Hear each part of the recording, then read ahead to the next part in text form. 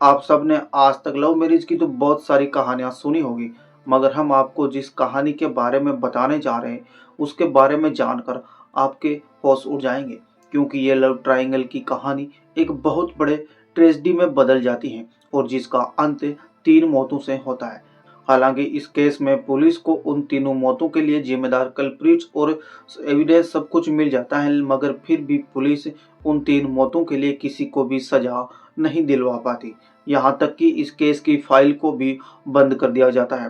तो आखिर ऐसा क्या होता है कि इतने बड़े केस की जांच पुलिस को बंद करनी पड़ती है, और इस केस में मरने वाले वो 3 लोग कौन थे, उनकी मौत कैसे हुई थी, और इस शॉकिंग केस की पूरी कहानी क्या है। तो चलिए जानते हैं, सब कुछ डिटेल्स हैं इसी वीडियो में। So hello friends, my name is JP Saran and you are watching Kavita Bindu murder mystery.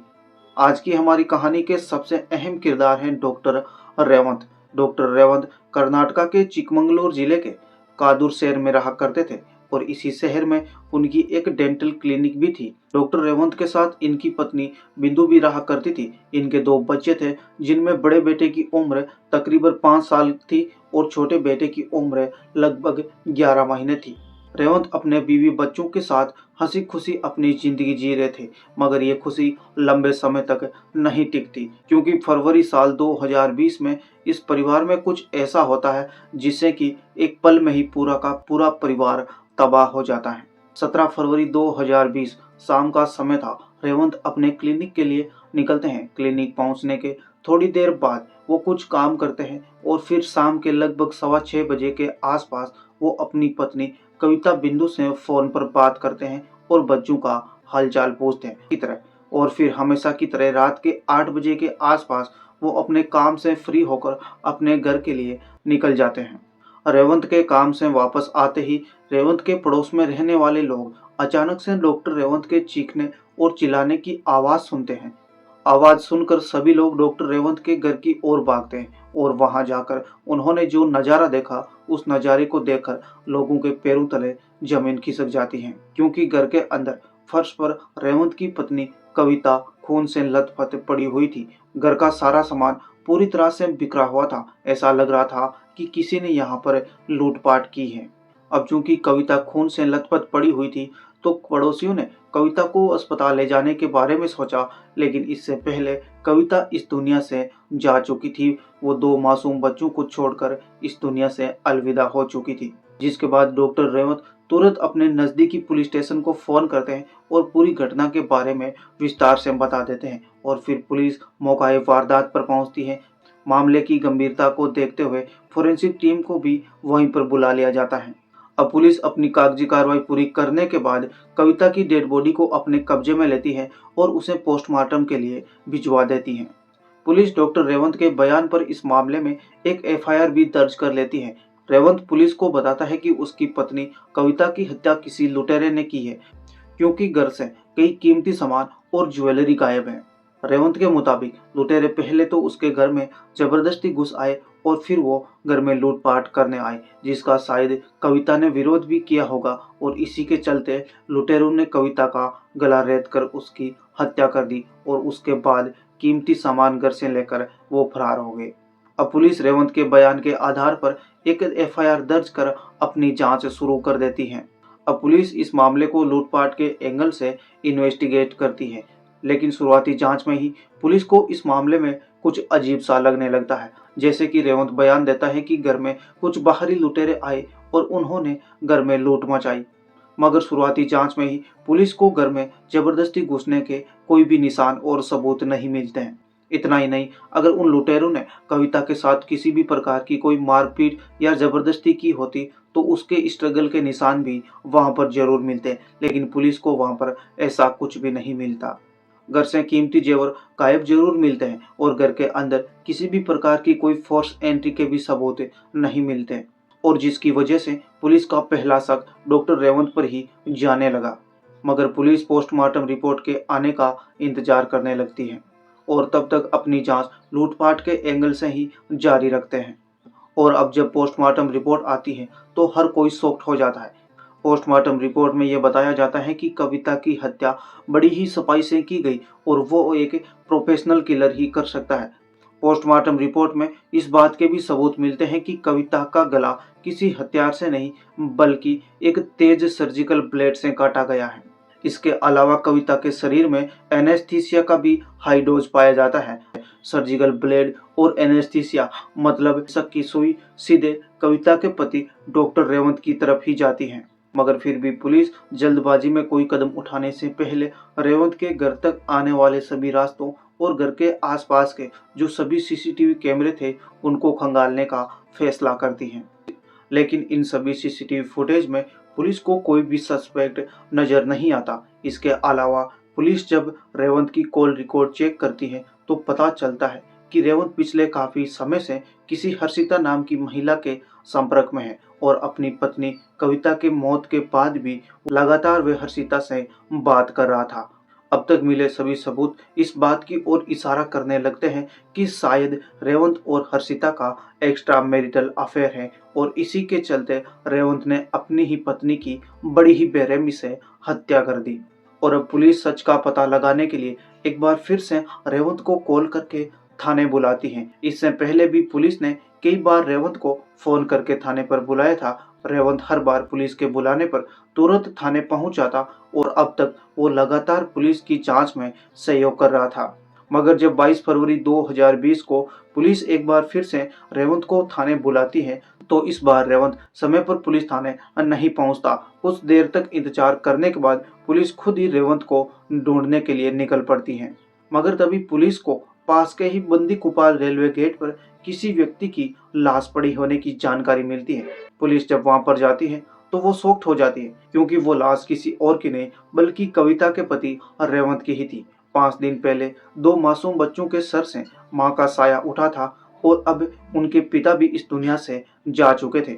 मगर यहाँ पुलिस के सामने सवाल ये था कि रेवंत की मौत कैसे हुई। क्या किसी ने रेवंत को मारकर रेलवे ट्रैक पर फेंक दिया या फिर खुद रेवंत ने ही अपनी जीवन लीला समाप्त कर ली है, जिसका जवाब पुलिस को सिर्फ और सिर्फ पोस्टमार्टम रिपोर्ट से ही मिल सकता था। इसलिए पुलिस रेवंत की लाश को अपने कब्जे में लेती है और उसे पोस्टमार्टम के लिए भेज देती है।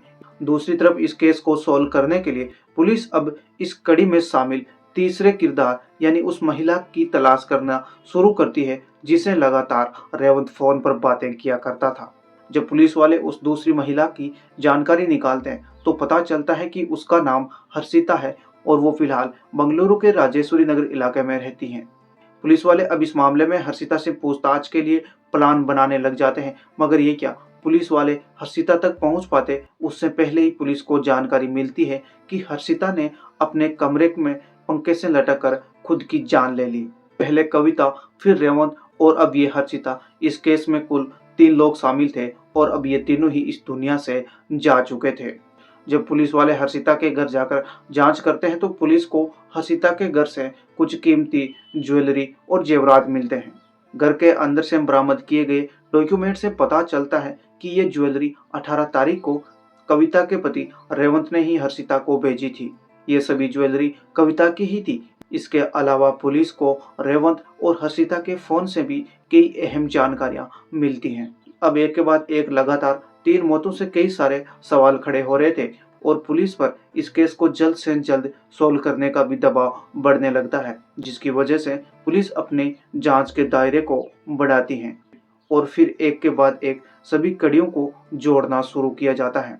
फाइनली कुछ दिनों के अंदर अपनी जांच पूरी करने के बाद पुलिस वाले इस केस से जुड़ी एक हैरान कर देने वाली सच्चाई बताते हैं। पुलिस द्वारा जांच के बाद किए गए खुलासे के मुताबिक कविता और रेवंत की शादीशुदा लाइफ काफी अच्छी चल रही थी। दोनों काफी खुश थे। इसी बीच सोशल मीडिया के माध्यम से रेवंत की मुलाकात हर्षिता नाम की एक महिला से होती है। कुछ दावों के मुताबिक हर्षिता और रेवंत की मुलाकात घर किराए पर लेने देने के दौरान हुई थी। खैर, पहली मुलाकात के बाद दोनों के बीच बातचीत का सिलसिला शुरू होता है और फिर बातचीत दोस्ती में बदल जाती है और यही दोस्ती आगे चलकर प्यार में बदल जाती है। समय के साथ इन दोनों का प्यार इतना गहरा हो जाता है कि रेवंत ये भी भूल जाता है कि वो शादीशुदा है और उसके 2 मासूम बच्चे भी हैं। रेवंत सब कुछ भूलकर हर्षिता से शादी करने के सपने देखने लगता है। इस शादी में रेवंत के लिए सबसे बड़ी अड़चन उसकी पत्नी कविता थी। रेवंत कविता से पीछा छुड़ाने के लिए तरह तरह के तरीके आजमाने लगता है, मगर वो हर बार नाकाम रहता है। उधर अब हर्षिता भी लगातार रेवंत पर शादी का दबाव बना रही थी, मगर यहाँ पर कमाल की बात तो ये थी कि हर्षिता की पहले से ही 2 शादियां हो चुकी थी। उसकी पहली शादी लगभग साल 2010 के आसपास हुई थी, लेकिन ये शादी ज़्यादा समय तक नहीं टिक पाती और हर्षिता का अपने पहले पति से डिवोर्स हो जाता है, जिसके बाद हर्षिता अपनी दूसरी शादी किसी सुंदर नाम के एक व्यक्ति से करती है। कविता और सुंदर के एक बच्चा भी होता है और वो तीनों बंगलुरु में एक साथ रह रहे थे। इसके बावजूद अब हर्षिता रेवंत से शादी करने को बेचैन थी। जब हर्षिता का दबाव रेवंत पर ज्यादा बढ़ने लगता है तो रेवंत अपनी पत्नी को मारकर रास्ते से हटाने का प्लान बनाने लग जाता है। डॉक्टर रेवंत चाहता था कि वो अपनी पत्नी को भी मार दे और इस मामले में उसका नाम भी नहीं आए। इसलिए पूरी प्लानिंग करने के बाद 17 फरवरी 2020 को वो सबसे पहले अपने दोनों बच्चों को अपने एक करीबी रिश्तेदार के यहाँ पर भेज देता है और फिर धोखे से अपनी पत्नी कविता के शरीर में एनेस्थीसिया का एक हाई डोज देता है और एनेस्थीसिया की हाई डोज की वजह से कविता बेहोश हो जाती है। और जब कविता बेहोश हो जाती है तो फिर रेवंत एक सर्जिकल ब्लेड से कविता का गला घोंट देता है और फिर घर में रखे कीमती जेवर निकालकर एक थैली में रख लेते हैं।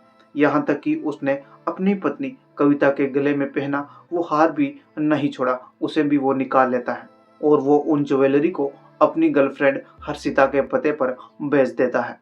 फिर बड़े आराम से अपने क्लिनिक से वापस आकर चीखने और चिल्लाने का नाटक करता है और पुलिस वालों को लूटपाट की झूठी कहानी सुनाकर गुमराह कर देता है। उधर कविता की मौत के अगले ही दिन यानी 18 फरवरी 2020 को घर से गायब किया हुआ वो पूरा सोना हर्षिता रिसीव कर लेती है।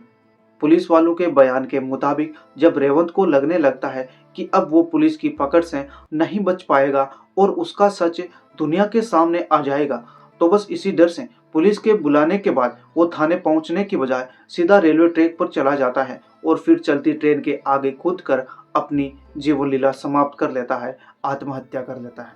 अब चूंकि कविता का मामला थोड़ा हाई प्रोफाइल हो चुका था, इसलिए ग्राउंड लेवल पर इस पूरी खबर को मीडिया वाले लगातार फॉलो कर रहे थे और इसी के चलते कविता के पति रेवंत की मौत की खबर भी न्यूज चैनलों में आ जाती है और रेवंत की मौत की जानकारी न्यूज के माध्यम से हर्षिता को भी पता चल जाती है। हर्षिता को यह डर सताने लगता है कि हो ना हो पुलिस उस तक भी पहुंच आएगी और फिर उसे जेल भी जाना पड़ेगा और इसी डर और इसी खौफ की वजह से रेवंत की मौत के कुछ ही घंटों बाद हर्षिता भी अपने घर के कमरे के अंदर पंखे से लटक कर अपनी जान दे देती है। इस पूरे मामले में पुलिस वालों को कविता के मरने की वजह और कविता को मारने वाले भी मिल जाते हैं, लेकिन इसके बावजूद भी पुलिस को इस केस की फाइल को बंद करना पड़ता है क्योंकि इस केस में जो प्राइम सस्पेक्ट थे रेवंत और हर्षिता वो इस दुनिया से जा चुके थे और ऐसा कोई भी व्यक्ति नहीं था जिस पर इस केस को चलाया जा सके। तो दोस्तों ये थी नाजायज रिश्तों की एक ऐसी कहानी जिसमें कुल 3 जानें चली जाती हैं, लेकिन इसमें बेचारी कविता बिंदु निर्दोष होकर भी मारी जाती हैं। बाकी आप इस कहानी से क्या शिक्षा लेते हैं कमेंट बॉक्स में जरूर बताएं। जय हिंद, वंदे मातरम।